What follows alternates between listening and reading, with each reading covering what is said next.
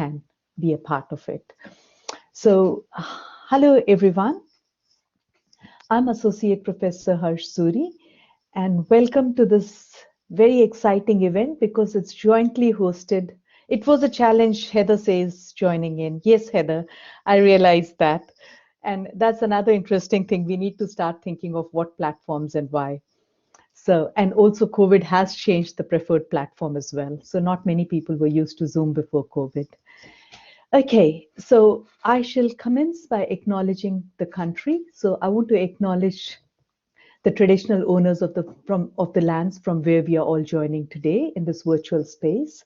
I'm joining from the land of Wurundjeri people from Glen Waverley. I pay my respects to their elders, past, present, and emerging. And if you are welcome to pay your respects in the chat and acknowledge the elders from the lands from where you're joining us today. So without further ado, I'll get started. But as I'm starting, I can see that lots of colleagues are joining in. And I think many colleagues are new to Blackboard Collaborate, so they'll gradually join in one by one. And in the meantime, we'll get started. But since we are recording the session, people can have access to the session as well. So this is actually a very exciting session today because we've got 3 organizations, and I think there are 3 groups of very vibrant people. Can you see my screen? Yes. Okay, so this event is jointly hosted by 3 teams or 3 special interest groups. The first one is ASCILITE's, that is Australasian Society for Computers in Learning in Tertiary Education, ASCILITE's Business Education SIG, and it's also jointly co-hosted by Australasian Business Ethics Network. So we've got Heather and Julia and myself from ABEN Group today. And we've also got this being supported by Prime Network, that is Principles for Responsible Management Education. So I do want to go through each of these groups and talk a little bit about the work that we're doing, because I find there are lots of synergies between the 3 groups. There are lots of common members, but I also see there's a lot of opportunity for cross-fertilization of ideas across the 3 groups. So I'll get started with ASCILITE's Business Education SIG. We started our SIG in 2019, December ASCILITE conference at Singapore. The reason we started it was because we felt there weren't lots of things that were being talked about in technology enhanced learning related to often classes that were small classes and kind of boutique type of courses.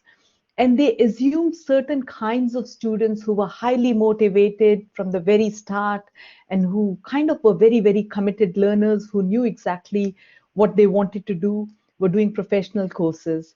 And we felt they didn't quite address the issues that business educators sometimes grapple with, the issues that are quite distinct in terms of large cohorts of international students, competitions from different private providers, from public providers, and all sorts of agencies are getting into business education. And then we felt we have these kind of scholarship of teaching and learning in certain disciplines like health discipline and other disciplines. Scholarship of teaching and learning is taken quite seriously. But when we look at rankings, for example, ABDC ranking, there are not many higher education journals.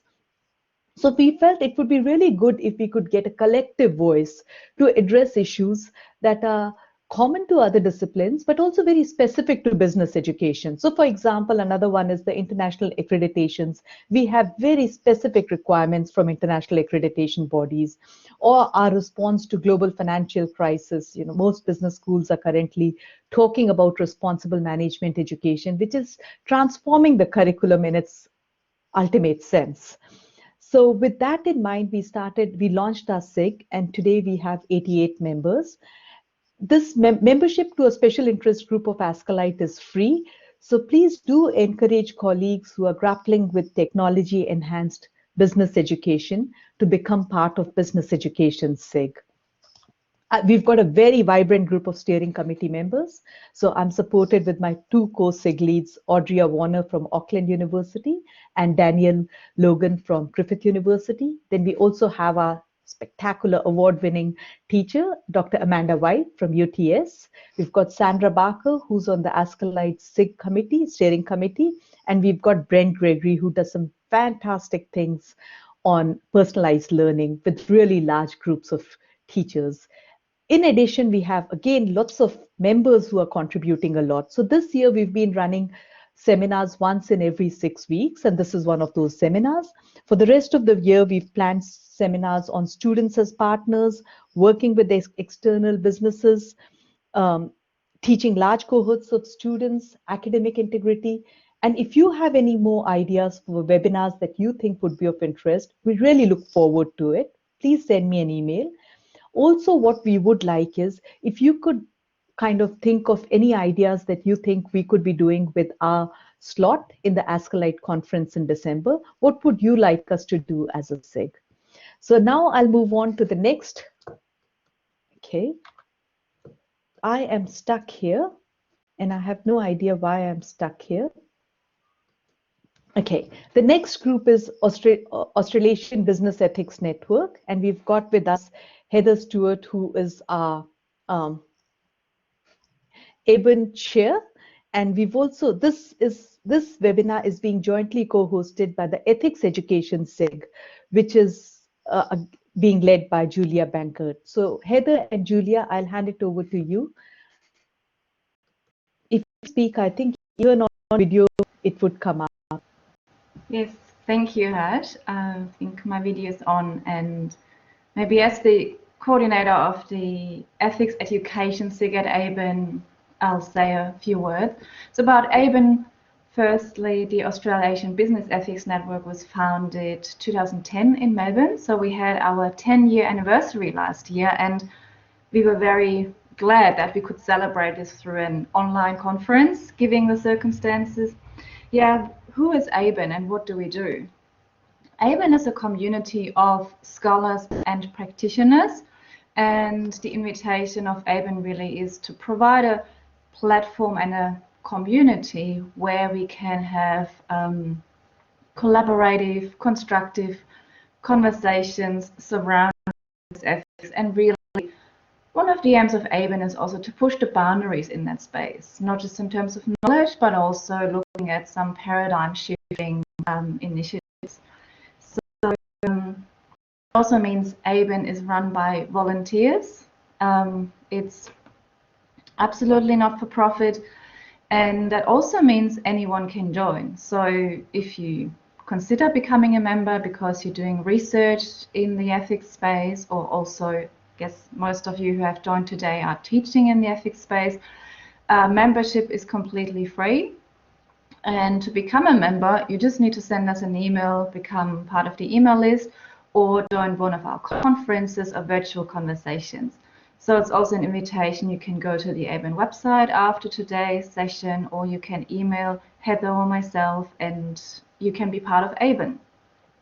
Now, the Ethics Education Special Interest Group came about because we noticed that at conferences, we not only have many streams about business ethics research, but we always also have a stream about business ethics education, and find that what unites us at ABEN so far is people are passionate about business ethics or ethics education in that space.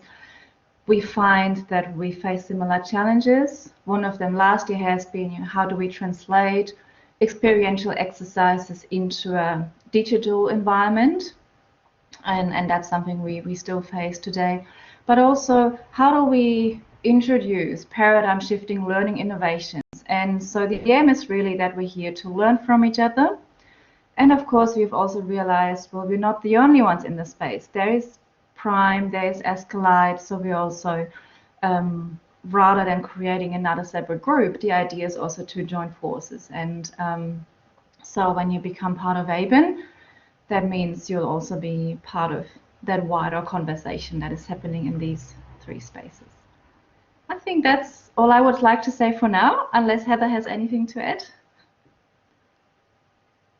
Thank you. Oh, good, Julia. You've done a wonderful job. Thank you.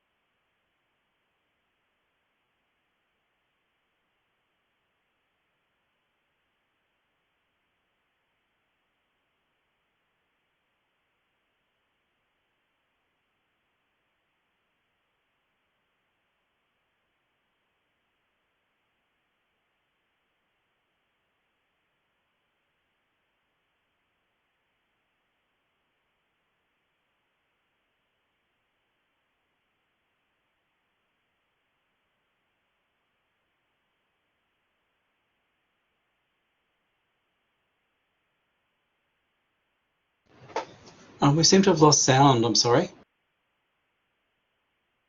Sorry about that. Thank you so much for pointing that out. Sorry about that. So the third network is PRIME, that is Principles for Responsible Management Education.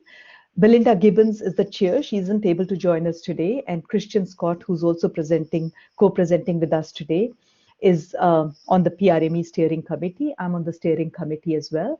And so this is a group with most Australian and New Zealand universities, public universities, are part of PRIME network. So, and we would be having more regular webinars. We've been having more regular webinars since last year. We're also trying to have more kind of meetings, regional meetings. So we've planned a Victorian meeting because all Victorian universities are part of PRIME ANZ Chapters network. So we're planning a face-to-face meeting at Melbourne Uni later this month, in May, later this month. So we look forward to meeting most of you in the webinars there or in the PRIME meetings at various times. I think, so I'll move to the next section, which is our presentation. So we've got, I am sorry, my co-presenter was the one who was more familiar with Blackboard Collaborate, and I seem to be stuck here, and I don't know why I'm stuck here. Could anyone help me with it? If any suggestions on? Maybe you're sharing the wrong screen. Yeah. Okay, so if I.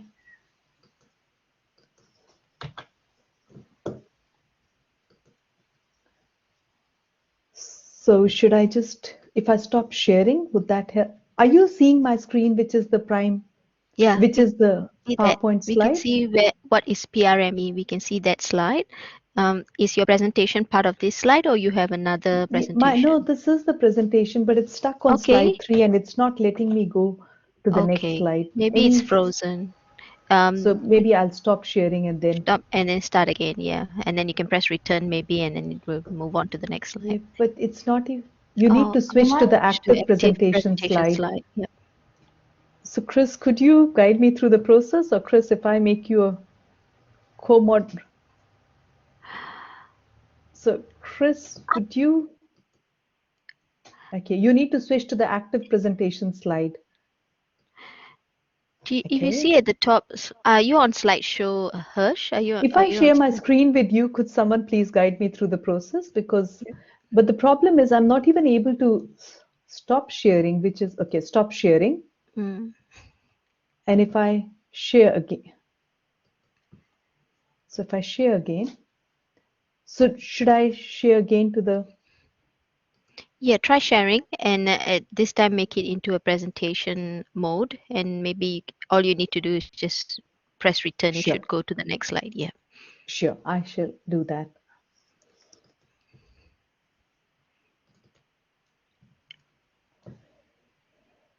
And if you have a But co-moderator, you can send the slides to them via email, and maybe they can also Christian share the is my slides. co-moderator.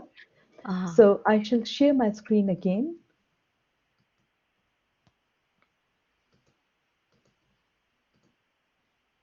Okay, so the first presentation is by Vivek, my co-facilitator, who had some emergency, so he's not able to join us today.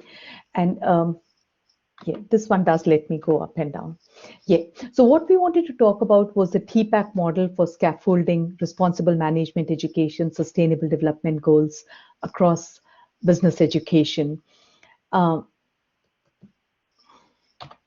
Okay, so when essentially Vivek and I have been trying to support the whole of university, the whole of business schools integration, curriculum integration of SDGs. And so we try to look at what are the issues people are grappling with, what are some good examples within our school, and how do we move forward. And also this is informed by lots of conversations within the Prime network, within the ABEN network with different colleagues about how they are approaching integration of SDGs within curriculum.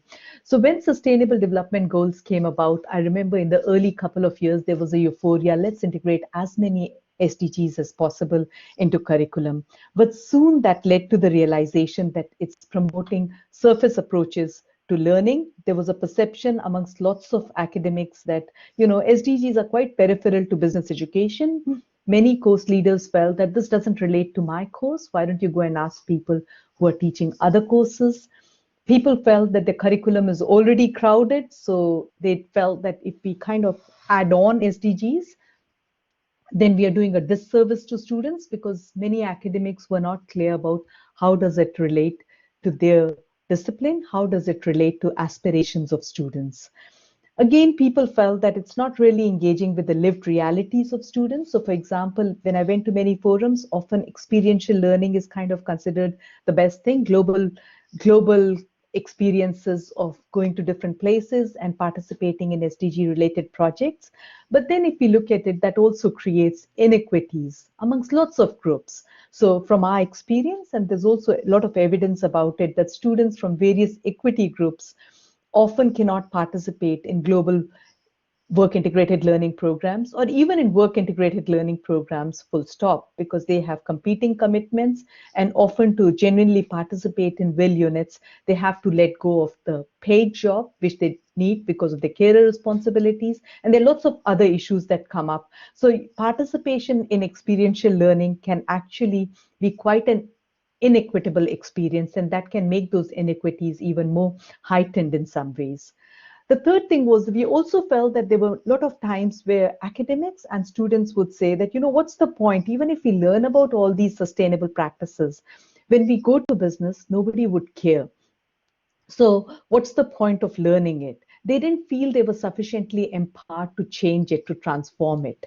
So, yeah, okay. So what we found was that let's engage with an honest conversation about it.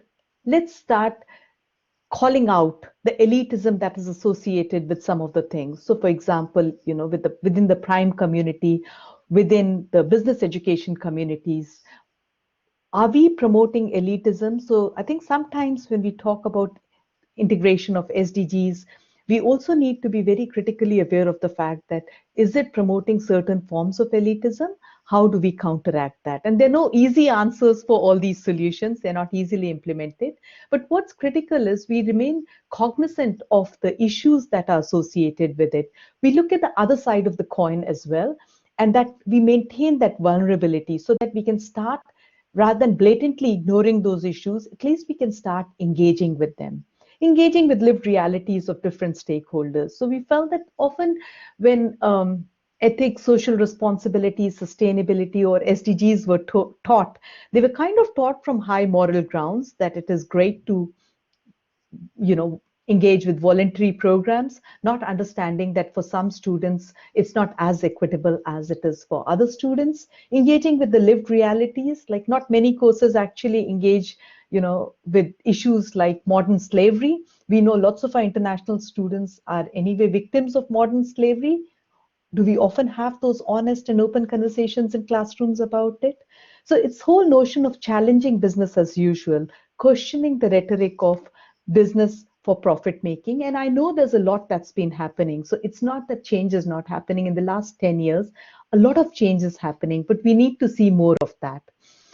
One thing within an Australian New Zealand context that we found was that most business students come because they want to enhance their career prospects. So what we felt was that strengthening the nexus between sustainability and employability can be very useful.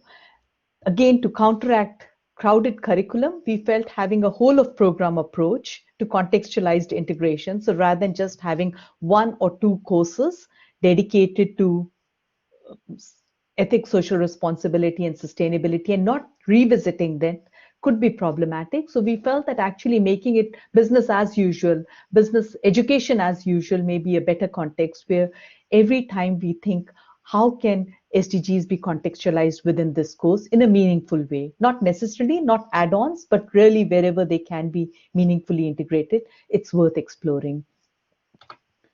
So we drew upon United Nations Pillars of Learning, which is commonly used within ABEN community, within PRIME community on integrating SDGs or ethics, social responsibility, and sustainability, learning to know, learning to do, learning to live together, and learning to be. The issue with the UN's Pillars of Learning was it was too much about doing, but it was not about, it didn't kind of map how do students' ways of thinking change? How do students' levels of understanding change? So it kind of was focusing more on immersion, but we felt that it's important rather than just immersing, our students need to start challenging business as usual. We can't just immerse them in current practices. What is important is they start questioning the current practices. So we wanted students to have that critical element of having that agency to transform current practices. And in that space, something that's not often used, but I found particularly useful was solo taxonomy. So in the area of ethics, social responsibility, and sustainability, I didn't find any reference to solo taxonomy, which is structure of the observed learning outcomes. Whereas in higher education, we often use it, and not just in higher education. My kids go to primary and secondary school. They use it quite regularly as well. So structure of observed learning outcomes is based on thousands of phenomenographic studies in higher education. Essentially, what it does is it identifies how there are different levels of understanding. So at the multi-structural level, students understand how do different concepts relate to each other, or how do you unpack any particular issue from multiple perspectives. At the next level of understanding, at the relational level of understanding, students understand that it's not just enough to look at it from multiple perspectives, but it's also important to look at it from different, how do those different realities relate to each other? And at the highest level, they need to start thinking about how do we move beyond this reality? How do we create new normals? So essentially what I tried to do was I developed a framework, a 3-level framework. At level 1, students recognize multiple perspectives to reality. So multiple normals. So if they're looking at, what are SDGs? How are they being understood by different stakeholders? What are the key issues underpinning SDGs? But looking at it from multiple perspectives. At the second level, they start even critiquing contemporary normals, like why are SDGs not being taken up, or how are SDGs being taken up by a particular organizations, or being advanced by particular organizations? What are the challenges? What are the give and take? Because as we know that sometimes trying to work towards one SDG might compromise another SDG. So looking at it more about the relational aspect of it, developing that critical element. At the third level, we would like students to contribute towards SDGs through transformative action, where they actually feel now they are empowered enough, where they can not only look at how they are engaging with SDGs, but also how they can engage other people with SDGs. So we drew upon TPAC framework, which is from Punya Mishra. So Punya Mishra had built on Lee Shulman's signature pedagogies. What Lee Shulman said that was whenever we have content knowledge, it's not just important for teachers to have content knowledge, it's also important to have pedagogical knowledge. and understanding what pedagogical knowledge is suitable for the content, for teaching that specific content, is very important. And this is where effective teaching takes place.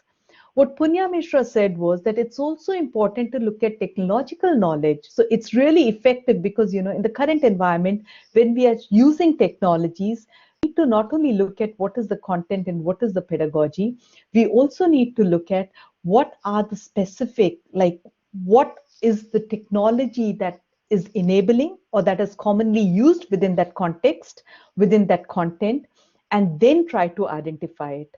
What we felt was using TPAC model in a way where the contextual constraints, where the SDGs become the all-pervasive context, could be a useful tool for fostering responsible management education. So yes, use TPAC model, which is commonly used for technology-enhanced teaching and learning. But then if we start looking at it from another angle, we add another element to it, and that is we look at it as SDGs as the all-pervasive context, then that might create some good kind of, you know, it provides a good theoretical lens to start thinking of reconceptualizing responsible management education, and particularly technology-enhanced responsible management education. So to give an example of this, the first one is we've got my colleague Puva here as well. So Puva, Vivek, Kai, Ella, and, you know, colleagues from my team, we developed an SDG awareness module within our university. So the whole notion was that we develop a comprehensive understanding of it. So we've got three perspectives of it. There's one SDG coach who talks about what are the critical elements of SDGs. We've got a student champion who kind of questions what are the things that students can do. And then we've got an industry champion who talks about how is that particular SDG being used in the or being advanced by a particular industry. So giving practical examples of how it's happening. We built it on a learning management system so that people could use bits and pieces of it. So the whole idea was at the first year, students get introduced to the whole framework of sustainable development goals, but we didn't want to kind of overcrowd the curriculum because often people felt that there was too much overcrowding there. And so what we moved towards, you're asking a lot of the average student. So Tom's just posted a message, you're asking a lot of the average student. I suggest the most we can ask of a student undertaking workplace learning is to learn current work practices. At the moment, I have 230 students who have to write a job application to explain what they learned from this project. Very good comment, Tom, and I will come to it in a little while when I come to the level 3 SDG awareness, when I talk about how do we integrate SDGs at level 3. And I would love to hear more examples from you in relation to that. So at the first level, the reason we put it in an LMS, and again, we've got different modules there, is we felt we don't want to crowd the curriculum, because if you try to teach too much about SDGs, we felt students were superficially engaging with it and they were not really engaging with it deeply. So our whole idea is that they get introduced in a first year level unit, and then after that, they revisit different elements of this SDG awareness module throughout different units. And, you know, whenever they have an assessment that relates to SDGs, they dive back into it, they dive deeper into certain SDGs, and they move on from there. And again, we encourage them to engage with it again in the third year in a work integrated learning module. And I am, okay.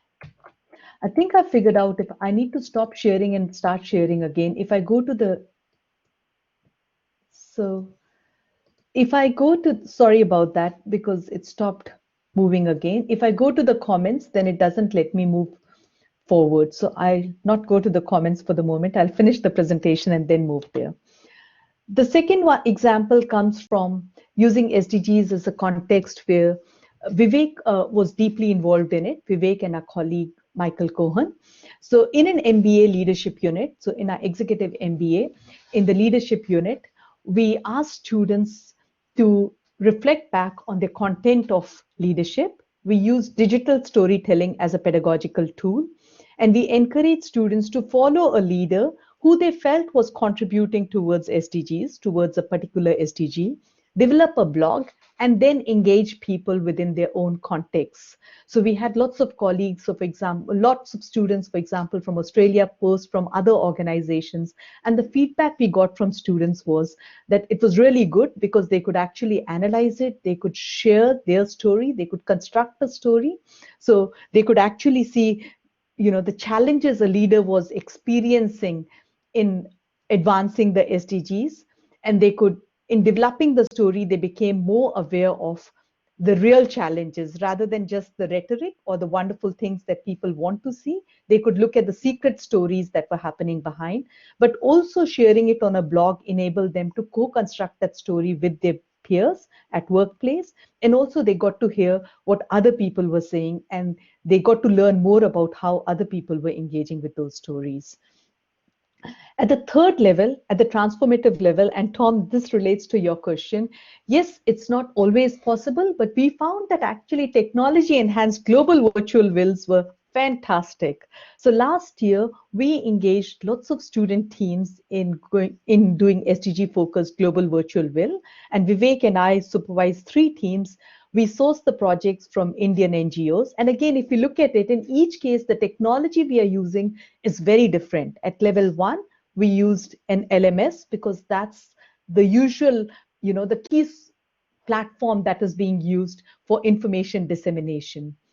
At level 2, we tried to use blogs, which could be shared by others, and there was social construction of knowledge. At level 3, we felt that communication tools, we wanted students to be able to communicate across borders, and the usual tools, MS Teams, Zoom, work to be particularly effective. And these were fantastic experiences for our students in lots of different ways. First, we found that because we had teams from India and from, we had teams with international students, with domestic students. And in this case, we felt that actually each team member appreciated what the other person brought in. Because typically what happens in a will team is that after some time, domestic students get a little bit grumpy that international students are not pulling in their weight because they may not know the context.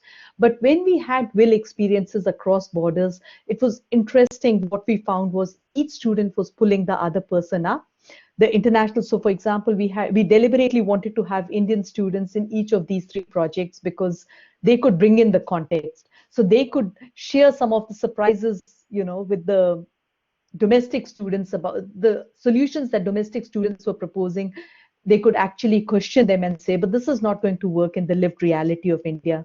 All students became so much aware of the lived realities of India, not just Indian students, because even some Indian students came from more elite networks, and they benefited by talking to students from Australia who had done NGO kind of work before. The sorts of issues that came up during this experience were very interesting. The kind of, the way our students could engage with lived realities of these people. So the 3 organizations that we worked with were very, very different. Srujna is an organization which works for disempowered women. So where they can't move out of the house, but they're not financially independent. So how do they interact with it? What strategies can be used to help women to build their financial independence? And how could they develop a marketing strategy so that they could get more funds there? The second project was hosted by Sadrak, where they wanted to have a digital bank of tools and lots of interesting things about, the issues associated with sustainability. For example, what is e-dump? An e-dump of one country, how does that considered, the issues like we don't consider e-dump in a global sense, because although there were devices sitting in Australia, which people were throwing away and which were contributing to Australian e-dump, they could be used in India, but they couldn't be transferred there because Indian authorities did not want to increase their e-dump. So all the politics involved in policy making, because of the metrics that people are using. We had some fascinating discussions of how politicians get involved, and even if an agency is doing well, how do they have to navigate across different political systems to look at things to actually make a difference. How can people from, so we had another group was Nirbhed Foundation. They didn't have enough volunteers, but when they had volunteers, they had a very specific way of, they felt in which volunteers could engage. So our students offered some fantastic solutions about how they could use technology to onboard volunteers, how volunteers from different locations could contribute, how they could actually engage volunteers of different age groups who couldn't travel to the location, but they could still use technology to teach impoverished students. So there were a whole lot of ways in which our students found how technology could be used to contribute to various SDGs. What I've done is I have created a tablet here. So I'll share this tablet link with you. I do want to hear from you if you have examples at level 1, level 2, level 3. So I didn't want to be just me talking at you. After Christian's session, perhaps what we can do is we can have a discussion about how you are using these various tools across, you know, in your own context, in your own teaching and learning context, for enhancing for supporting technology enhanced responsible management education. So as the next speaker, Christian, are you there? Kia ora, I'm here. Can you hear me? Yes, we can hear you, Christian. So now I have the pleasure of introducing our next speaker, Dr. Christian Scott. Christian is an Associate Professor of Tourism Management at Wellington School of Business and Government in New Zealand. And his research interests include the impacts of tourism, climate change, education for sustainability, virtual reality and education, and youth mobility. Christian's the chair of PRME, Steering Committee at WSBG, and he's past Vice Chair of Tourism Education Futures Initiative. He's on the editorial boards of 4 tourism journals and leads a transdisciplinary project harnessing virtual reality technology to foster experiential learning education about sustainability.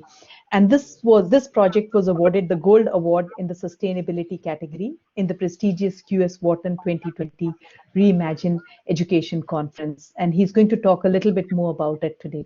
Over to you, Christian. Thank you. Yeah, thank you very much. I'm not sure I can share my slides at the moment. I need co-hosting rights, please.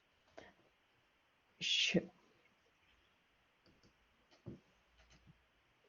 And thank you for that. It's always a bit awkward to have your own bio read out, but it is what it is. Sorry, I think Christian, I've just made Christian a moderator, so he's reconnecting as a moderator.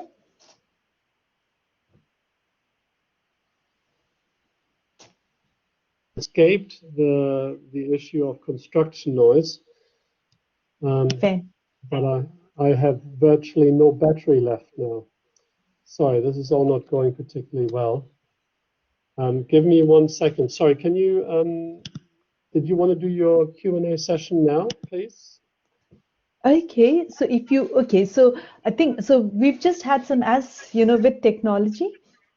Christian, I'm hearing my echo. You might have to mute. Are you going to go and get the battery, Christian? I'll see what I can do. I'm now on the laptop because I had to escape my office because of the construction, and I'll have to see what I can do. I'll give it a go. Please do the Q&A for your session. Okay. Or Christian, do you want to get started, and then if you stop, then I can do the Q&A. I don't have enough battery. I think it's going to cut out very quickly. Okay, sure. Okay, so just to, yeah.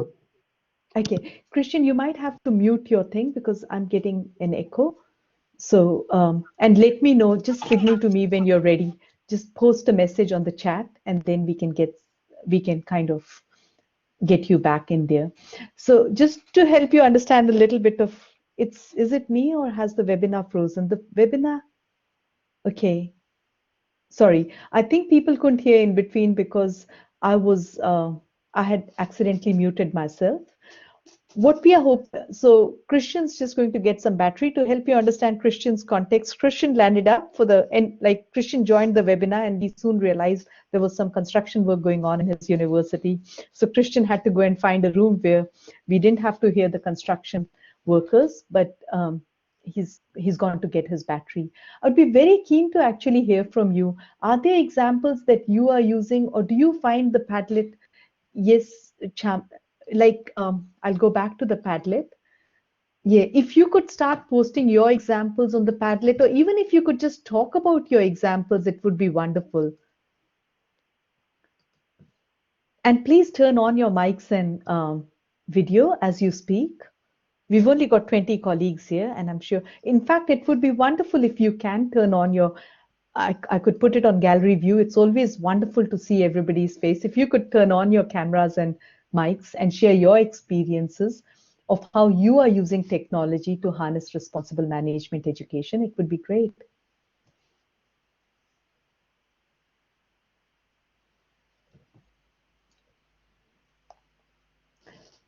Tom, do you want to talk a little bit more about your experiences, the challenges you are experiencing? Yes, happy to. Unfortunately, I don't have enough bandwidth for camera here, but can you hear me? Yes, Tom. Okay. I'm teaching computer science students at the Australian National University. I'm doing their final bit of their learning before they graduate. So they've just done, some of them do individual internships, some of them do individual projects, most of them do group projects, teams mixed Australian, Indian, Chinese, other students. And we've struggled with what it is we're teaching them and how do we assess it for many years. And the latest thing we've come up with is we tried having them do an e-portfolio and reflect on their learning, and STEM students just don't understand what you're talking about. And most of the tutors don't understand what you're talking about. So what we do now is we say to them, go out and find a real job application and write us an application where in it you explain what you learnt this semester. And we found this is a way when no students say, why are we doing this? Because they're all about to need a job. And that sort of blends the practical with the theoretical. And in that, they struggle with how to showcase what they did as an individual versus what they did as part of a team. And how do they relate that to a possible employer? And even the brightest, most academically gifted students really find that hard to do. The international students struggle with, are they doing this in an Australian work context? Are they doing it in their home country or internationally? What sort of jobs can they apply for, and so forth? And we do a small amount of peer review in this, where students will write a little bit about what they're doing. 4 of their colleagues will write an anonymous review, and that's part of the assessment as well. But I guess the main thing I wanted to highlight was, however long you've been doing this sort of thing, however you do it, it's never easy. Yeah. Now we've got lots of colleagues here who've been doing some fantastic work integrated learning projects. Anyone wants to respond to that? Or perhaps share your own experiences with large groups of work integrated learning students?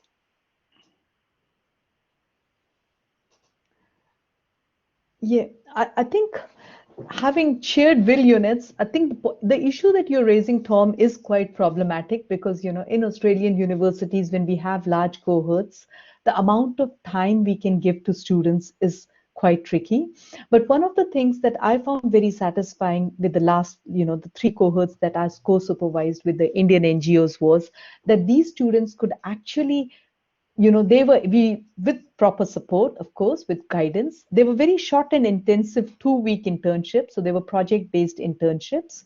But with that, the advantage was that they could go in there, they had a lot of support, and they provided the sorts of strategies they developed, they could share it with others, and there was a lot of pressure on them because they wanted to share it with everyone. They were intimately involved with the NGOs.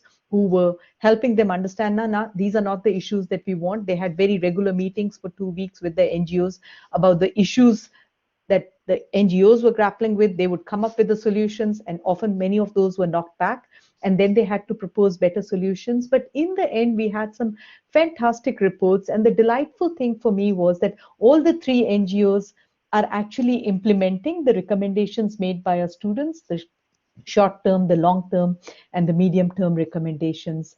So in some ways, I felt what motivated students was not really the marks that we were giving them or what we were doing them, but we just kind of became the catalysts for fostering that interaction between the industry partners and students. And I know Camilla has something to share here. So if you could please unmute yourself. Yeah, Harsh, just a couple of things. Like when you mentioned at the end that students are not necessarily interested in marks they get, but the impact they can make, I can totally relate to that too. I remember trying to engage industry partners to one of my subjects on marketing strategy and planning. I remember hiring like just a regular businesses and trying to teach marketing planning to students using a student-led industry project. But then when I started using sustainability businesses, not-for-profit organizations, or somebody who is doing really good things around sustainability development areas, students are like really very well engaged. In fact, I don't hear that many complaints that asking why we need to do this for profit organization. Why this is a really good thing that we can make an impact through our education as well. So I can clearly see that student engagement is pretty higher when you use a meaningful business as an industry partner in our sustainability education as well. Thanks, Craig. Thanks, Camilla, for sharing that example. And I think we've got next Craig, who's got something to share, and then we'll hand it over to Christian. Craig? Yeah, thank you very much. So I guess I'm running a new core unit for our master's program. So the idea of a core unit is new for our Master of Business. The challenge is these core units need to be applicable for economics, accounting, marketing, management, philanthropy, nonprofit, the whole gamut.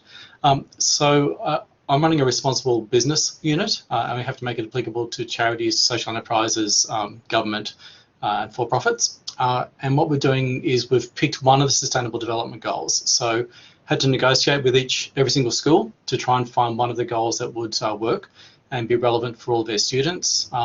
So again, this issue around engagement, and because it's a core unit, they have to do it. They have no choice. And so how do we sell the importance and the benefits of the SDGs? So I chose modern slavery as the topic, and that we found a way of engaging with that with each of the groups. So we built out resources and helped them find that point of engagement. And I guess we had a different framework. I kind of used from the why it's important and why it's wrong. So we had ethics as the first part. The second thing is how does this come about? So we teach systems thinking. And again, we're trying to teach these other skills. So part of our sellers, we're not just teaching about SDGs, but these higher order skills that are useful regardless of your context. And then we go into scenario planning, so dealing with risk and making decision making in areas of uncertainty. So we tried to find this other layer apart from the SDGs about these transferable skills that are useful in any context. So we're only partway through, and it's very much a learning experience. So I'm just happy to be part of the conversation and to share and to learn from each one of you. And thank you for the opportunity.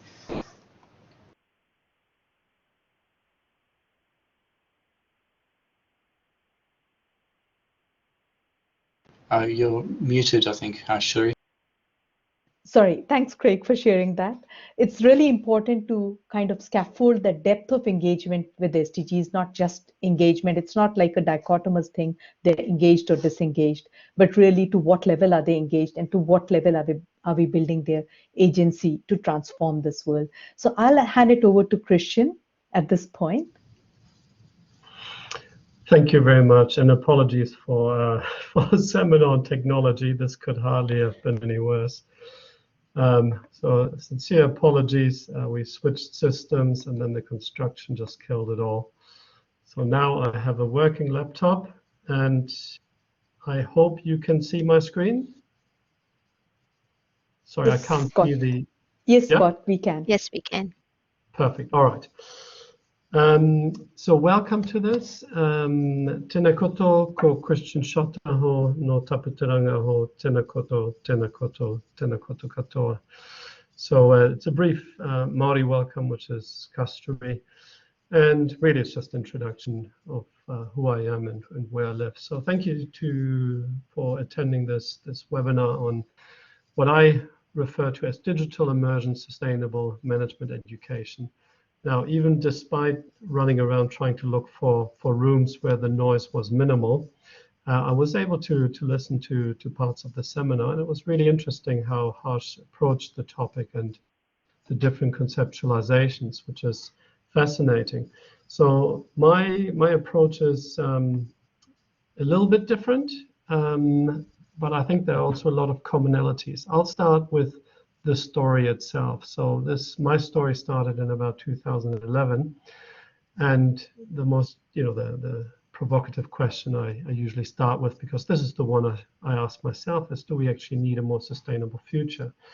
And by looking at this through the lens of my area, my discipline, tourism management, I think helps also sort of make the case for the learning tools that I subsequently developed. So, when I look and when I teach about this topic and I look at our natural environment, and the person on the bottom screen is swimming, by the way. It's an example of king tides submerging Pacific Island nations. The world around us is not doing that well. And as we focus in on tourism, which is my area, I have particular concerns because on the one hand, it's a very exciting industry that does, I think, a lot of good for people and sometimes also for destinations. Although I don't necessarily condone drugs as illustrated here, but this is often the aftermath. And of course, all of this will be gone a few hours later, but it's not because the hungover backpackers will organize a cleanup crew. It's because the high tide will come and then the low tide will come and it will be gone. And if we look around, tourism is implicated in these issues time and time again, and the impacts that this has on flora and fauna. Oh, sorry, apologies, that's my learning tool starting up in the background, which is not what I want at this stage. 1 second, please.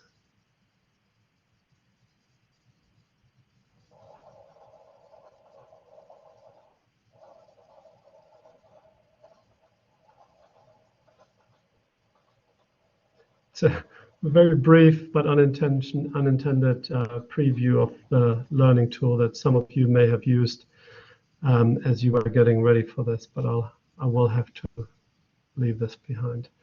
Sorry, again, as an example of me seeming in control of technology, it's really not that convincing.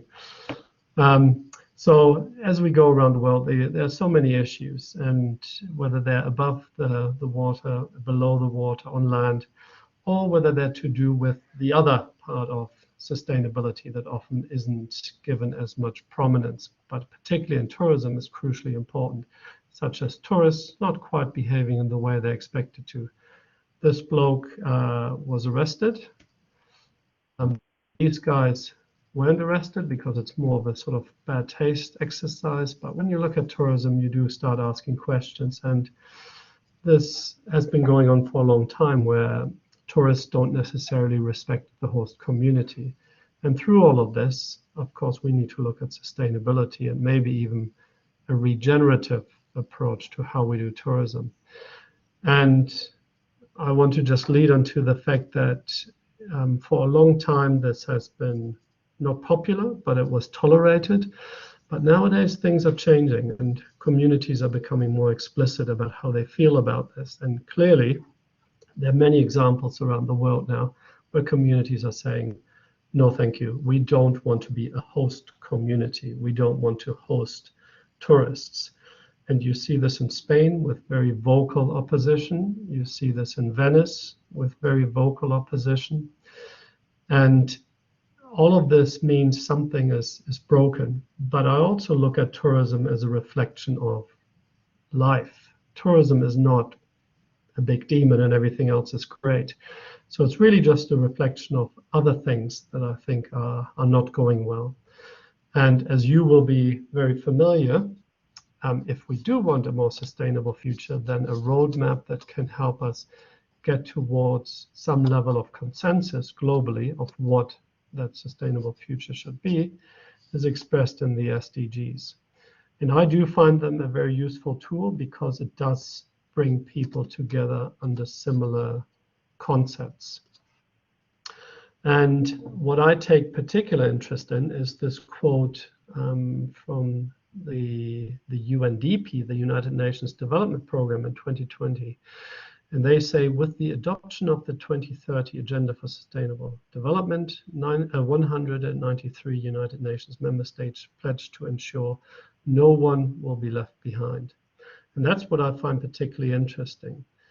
As an educator, I take this to mean something slightly different to what the UNDP probably intended to say.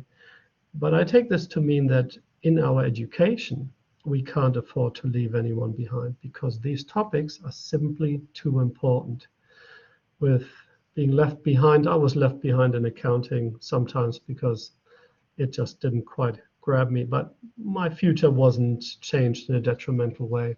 If we leave behind our students on topics such as sustainability, climate change, ethics, this is quite critical because all of them need to be champions for this more sustainable future that we want to achieve. So it's about access to learning, maybe not quite in the same way that Harsh described, but I see it that we all have different ways of learning, different preferences, and that we are stronger in certain areas than in others. And this is also what I see represented in SDG 4, quality education, where target 4.7 speaks of ensuring that all learners acquire the knowledge and skills needed to promote sustainable development, including, amongst others, through education for sustainable development, sustainable lifestyles, etc., etc., etc. Then it also talks about global citizenship and appreciation of cultural diversity and of culture's contribution to sustainable development. And this is quite a good introduction because this really aligns with my thinking. So like Harsh had as well, we have interesting diagrams. So this is my conceptualization of what sustainable destination management is. So it's sustainable tourism management applied to a destination. And I don't want to spend too much time on this, but needless to say that when we throw diagrams or models at students, it's not always the most effective way to teach them. So just very briefly, the environment I see as being the most crucial part. There's no other way of seeing it in my mind. Then comes society and then economy. And depending on who you talk to, sometimes we're made to believe that the economy seems to be the thing that is most important. And then the diagram acknowledges the key stakeholder groups that all have a very important impact on this ecosystem that we have here in the middle. And communities, of course, are critical in all of this. If a community says, actually, we don't want tourism anymore, the whole system falls down if it's around a particular destination. Equally, if we just take a short-term view and we don't appreciate the medium or longer-term impacts, both positive and negative, or we looked at the depth and we only look at the direct implications and we forget about the indirect or the induced implications, then we run into trouble. So this is just to briefly introduce the diagram. But is it the best way to teach our students? And I have come to the conclusion that for something as critical as sustainability, it isn't. And is this the best way to teach our students? Sitting them down in a lecture theatre, they may have their own devices, but does it really change the experience that much? And ultimately, what we've been looking to in the past is experiential education. But experiential education itself is really just doing role play or some other exercises, which are very useful.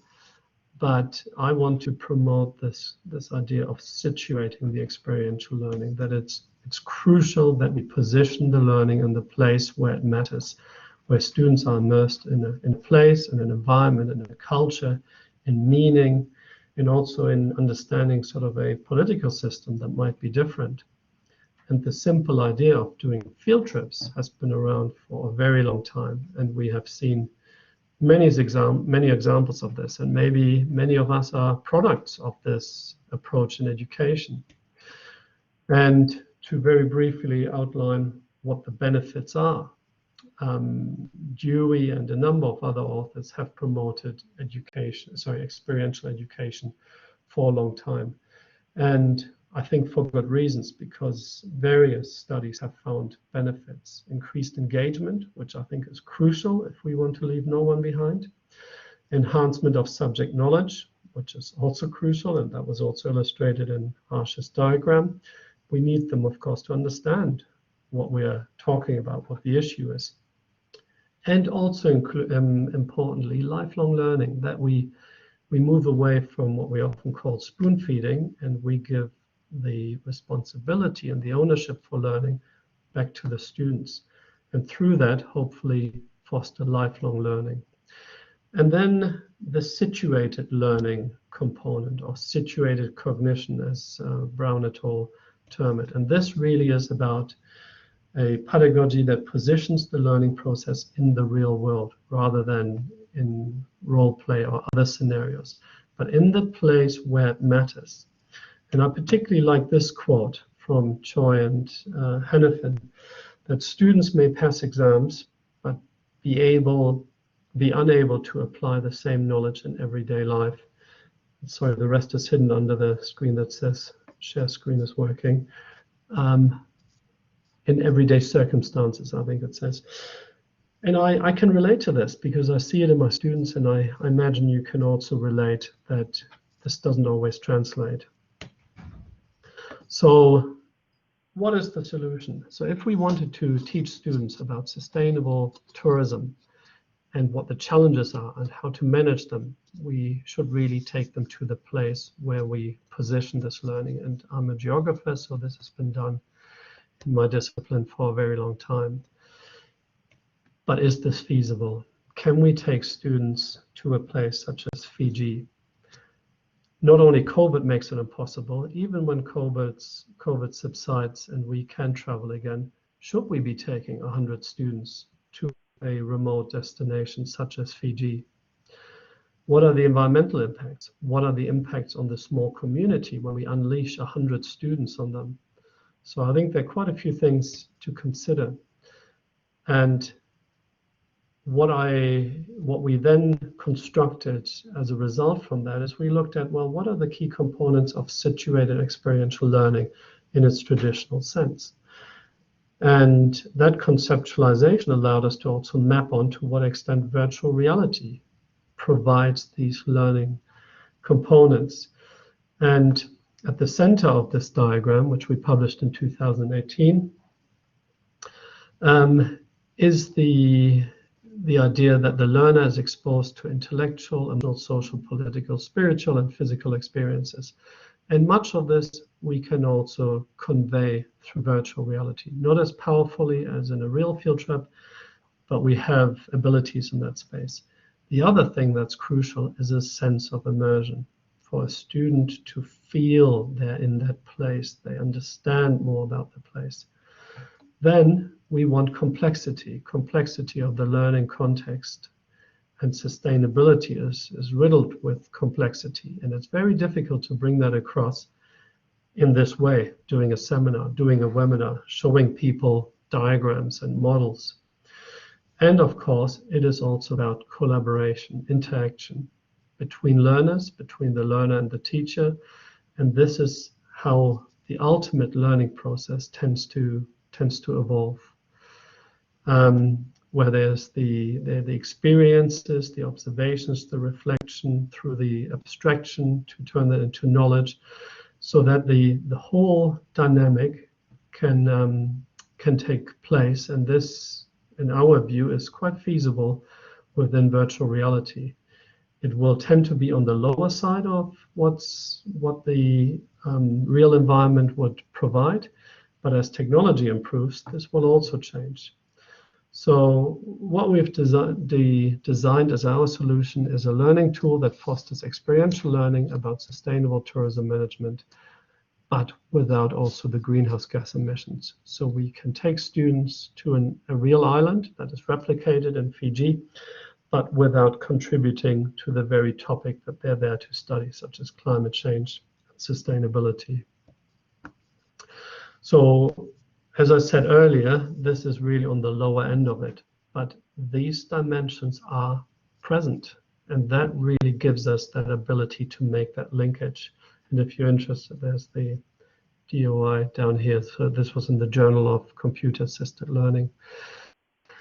And the way that students experience this is either through virtual reality headsets. Here we're using the HTC Vive Pro, which gives very good motion tracking in the virtual world.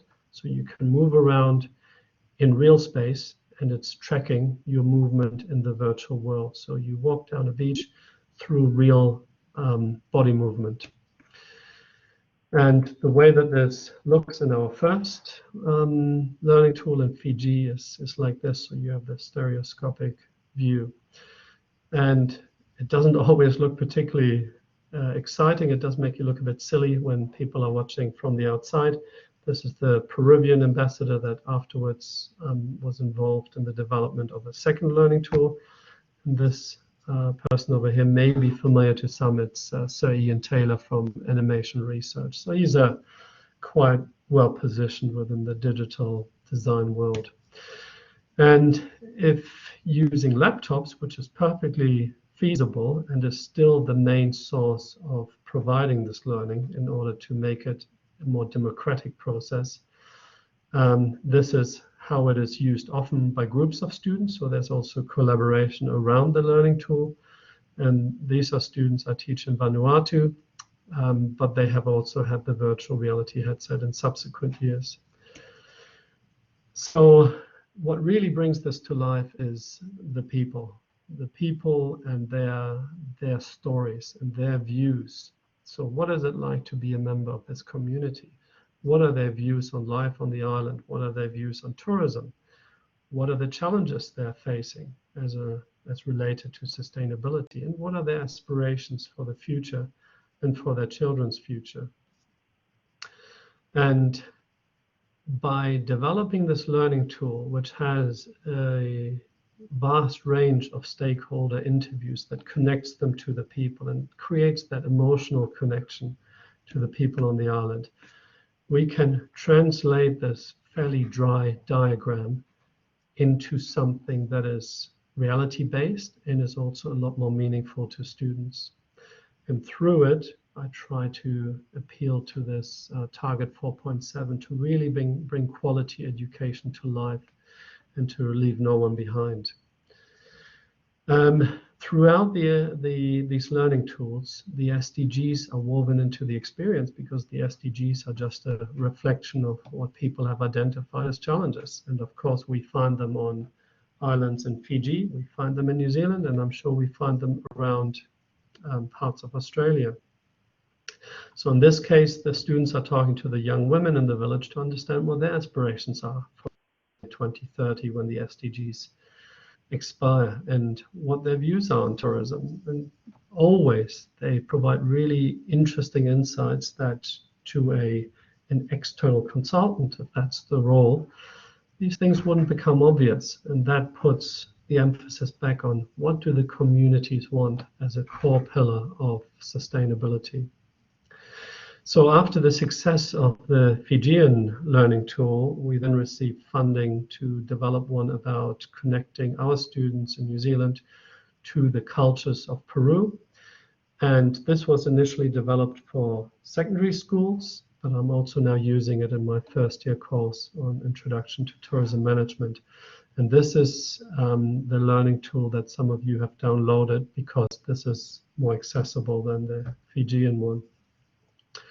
And it's the same principle where we use situated experiential learning in a digital sense to help students learn about sustainability and life in Machu Picchu. So how is Machu Picchu different to a Fijian island?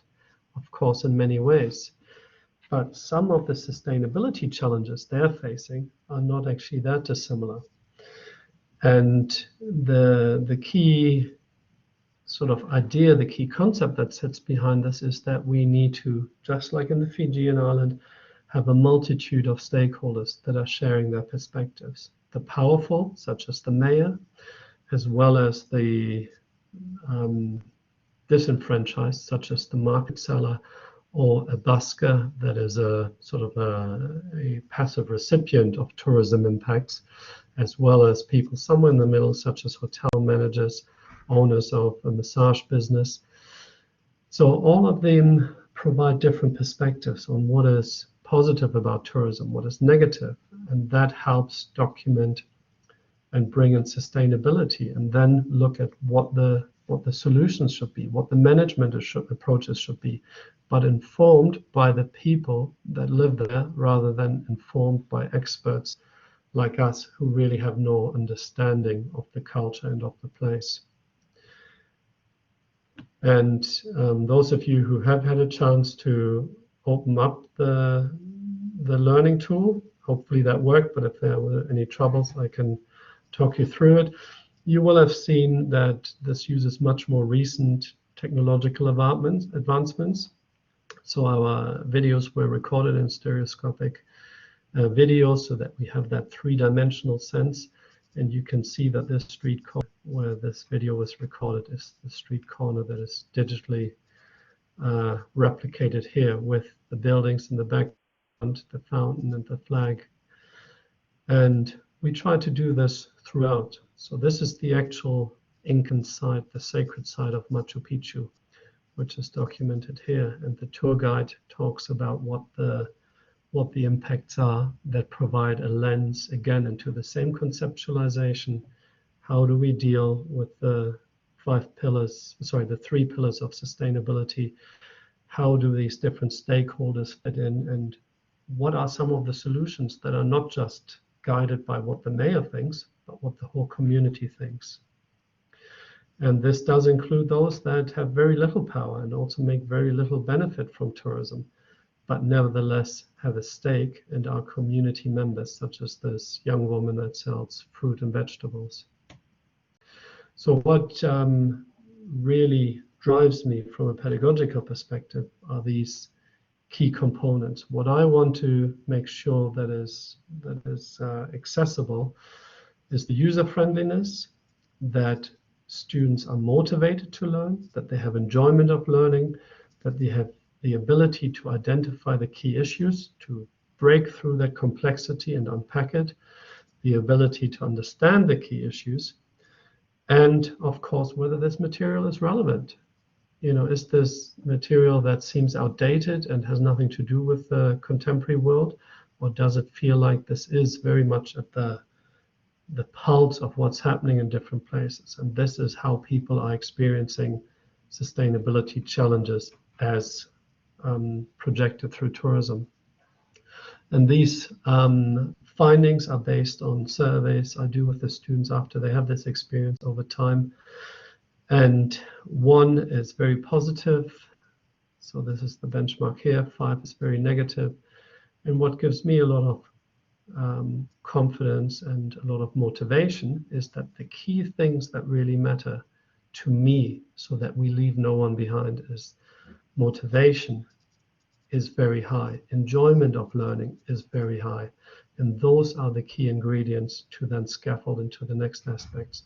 The ability to identify key issues and the ability to understand issues also rates well, but clearly there's some area of work to be done where I would like to explore that a little bit more deeply. And the belief that the case study is based on reality is the highest out of all of them, and of course it is. And then as the last, the overall impact on learning. So these are the things that make me think this really resonates. And for students, this is powerful. We can't afford to fly them. They can't afford to fly to Fiji, which is unfortunate. We should still give them the ability to have some of these experiences, and also, importantly, to understand other cultures, as was also illustrated in SDG 4. And my last slide is some of the more analytical research we have done in full digital immersion to look at how the user experience is perceived. So we use the UX approach from human-computer interaction, where Hasenthal and Trzynski, I believe is the right pronunciation, they conceptualized, or they brought together some sort of consensus of what the UX, the user experience, entails. We then mapped that into a three-dimensional diagram and positioned the research findings from 10 in-depth interviews onto this diagram. And what is most important to note is these are the weaknesses across 3 of the components, and these are the strength. And the strength are very encouraging. The sense of place is very, very high, and that's what is so powerful. Learning enrichment is up here. Sensory appeal, comprehensive vision, so you feel that sense of immersion, are all very strong. What is a key weakness, and this is now a few years ago, so there has already been a lot of progress, is particularly the issue of motion sickness, but also some hardware concerns, screen resolution concerns, and the appearance of some colors. Again, in many respects, this is good news because all of this will be fixed by people that are far more skillful than I am, such as HTC, Samsung, Facebook, who own Oculus. So these issues will be resolved, and many of them are already resolved since this research was conducted. So on many levels, it's an exciting area to work in. The international community has also responded really well to this. It started in 2018 with AACSB's Innovations That Inspire, and then 2 subsequent Reimagine Education Awards. And the most recent one in December was the one that I'm most proud of as the person leading this project, the Gold Award in Sustainability. So I will leave it there. Thank you very much for listening, and I'll try and switch back to the, I'll stop sharing. I think that's the way to do it.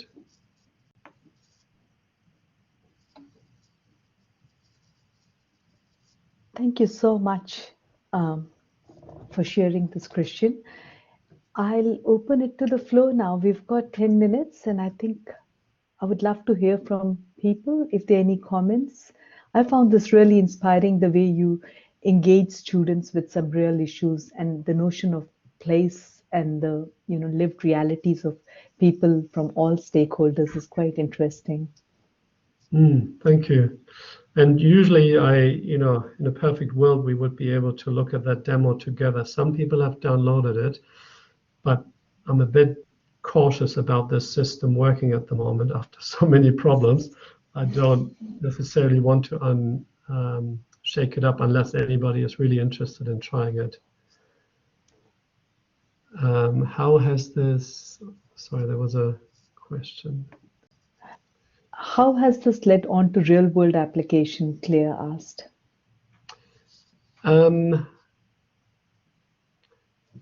So what the students are asked to do, I've been using the Fijian one with my second-year students for many years now, and I'm exploring the Peruvian world for the first time with my first-year students. It is really about them learning, very much focused on the community, and then putting forward a proposal, a management proposal. So they are the experts in sustainable tourism management. The community is the experts in everything that has to do with the community. So the students learn about the community and then propose a well-informed proposal that is anchored in sustainable tourism. This is how far it goes in the learning context.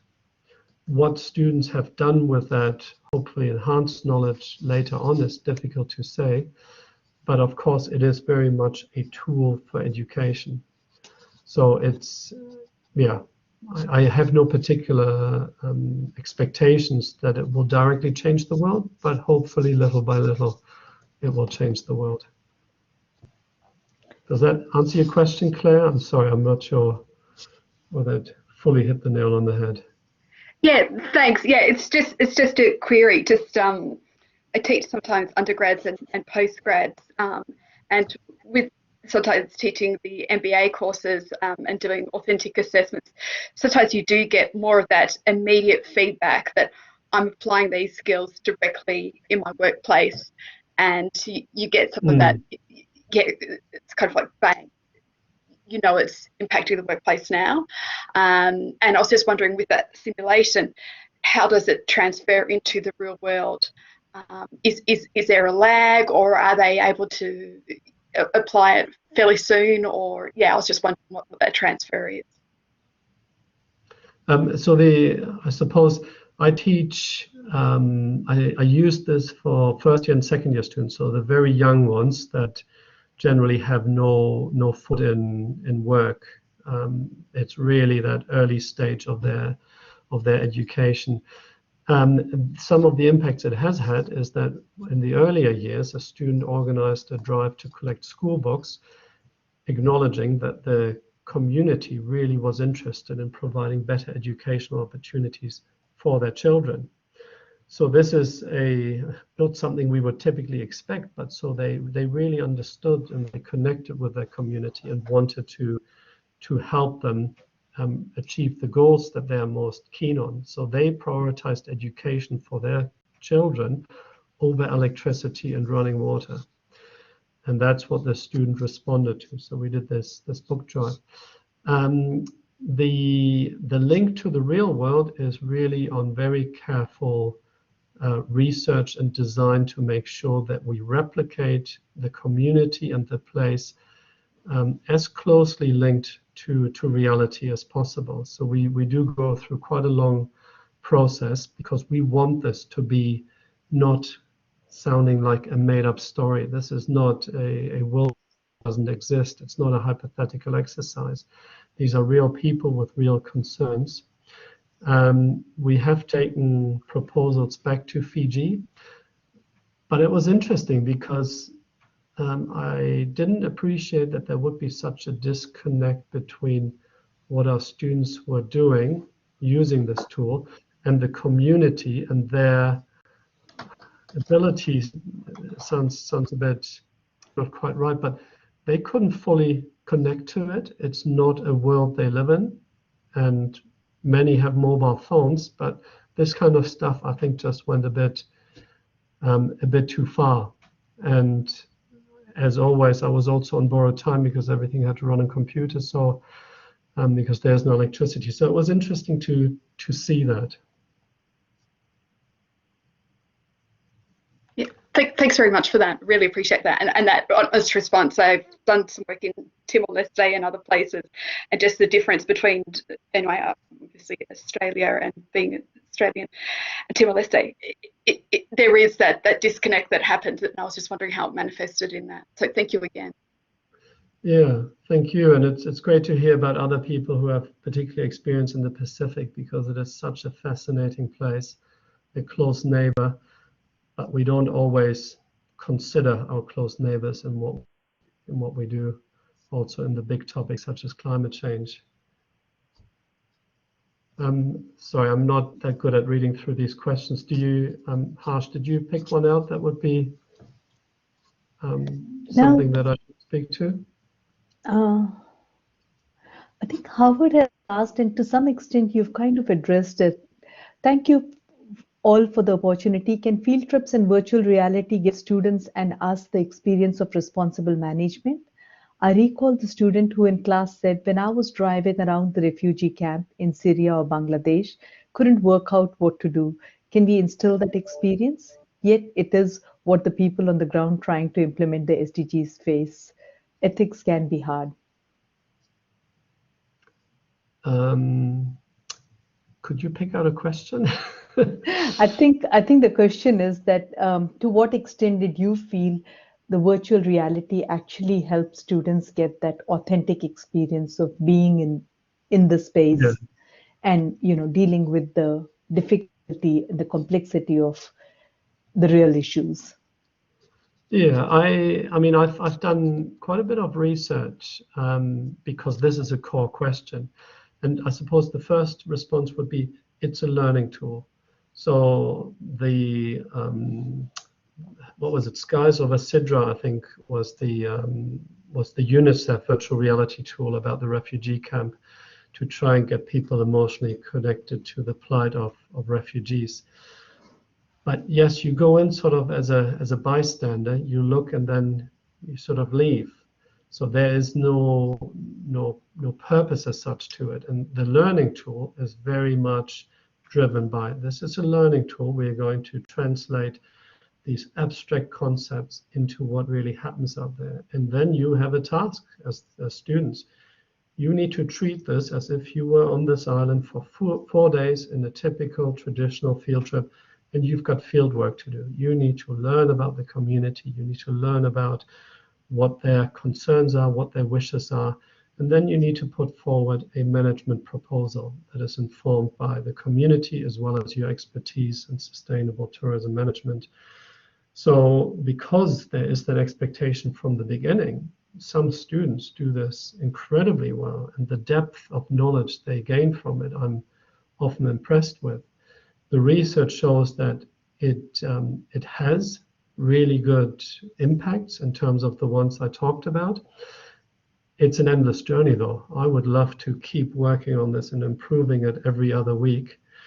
And as the technology improves, I think the learning impact will also go further. But as long as students understand this is not a cool game where you get a shotgun and you shoot zombies.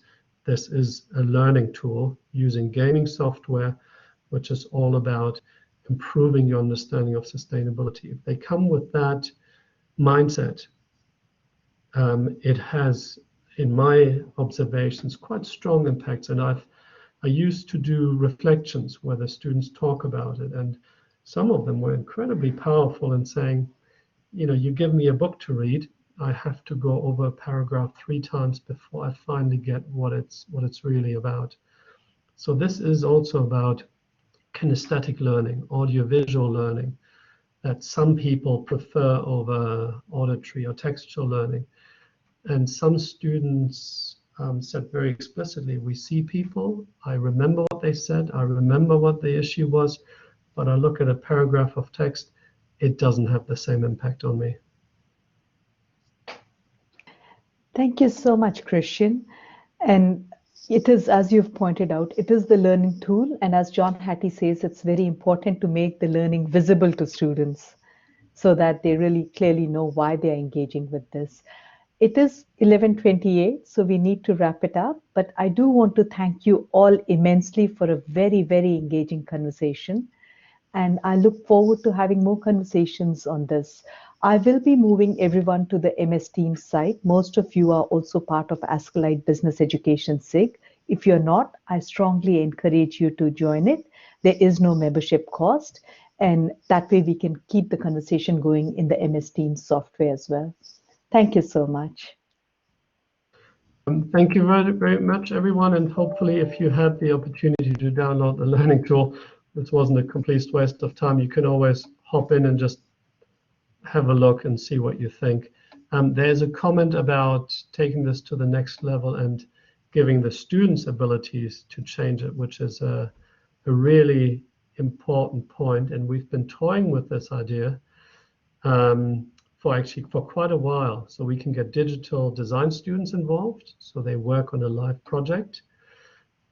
But the tricky thing is, if our students, our tourism students, start working with this, we need causality. We need this becomes more complex than I'm currently able to to deal with, I'm afraid. But absolutely, having that next level is absolutely one of the tasks of doing this type of education. But thank you very much to everybody for listening, and I hope it was somewhat a useful insight. Thank you so much, Christian. And thanks, everyone. Bye. Thank you.